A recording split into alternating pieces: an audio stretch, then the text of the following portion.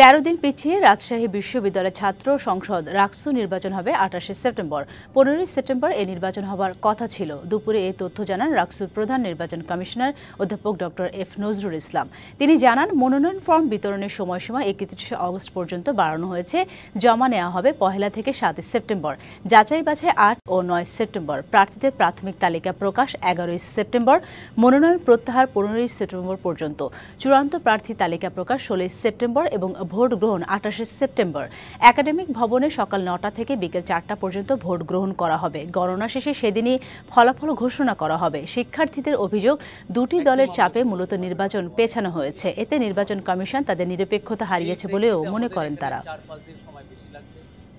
তারপর একটা নতুন বিষয় এসেছে, দুইটা বড় দলের আসলে চাপে বিশ্ববিদ্যালয় প্রশাসন নির্বাচনটা পেছাতে আসলে বাধ্য হয়েছে এবং রাকসুকে ঘিরে যে বিশ্ববিদ্যালয় প্রশাসনের যে সামান্যটুকু নিরপেক্ষতা ছিল তারাও সেটা হারিয়েছে। রাকসু নির্বাচন দেওয়ার জন্য নির্বাচন কমিশনের যে স্বতন্ত্র ভূমিকা রাখা দরকার সেটা তারা রাখতে পারতেছে না। তারা বিভিন্ন প্রেশার গ্রুপ বলতে আমি বুঝাচ্ছি পলিটিক্যাল যে লেজুর ভিত্তিক ছাত্র রাজনৈতিক সংগঠনগুলো আছে তাদের প্রেশারে পড়ে তারা সব ধরনের সিদ্ধান্ত নিচ্ছে। কারণ আমরা নির্বাচন কমিশন সুষ্ঠুভাবে, সুন্দরভাবে এবং নিরাপত্তার সঙ্গে এই নির্বাচনটা অনুষ্ঠিত করতে চাই।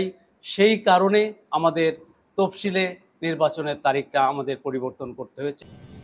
সানবিট সব দিবে সামাল। সানবিট ম্যাজিক প্রেস ডিশওয়াশিং এর মাথা ঘোরানো সলিউশন।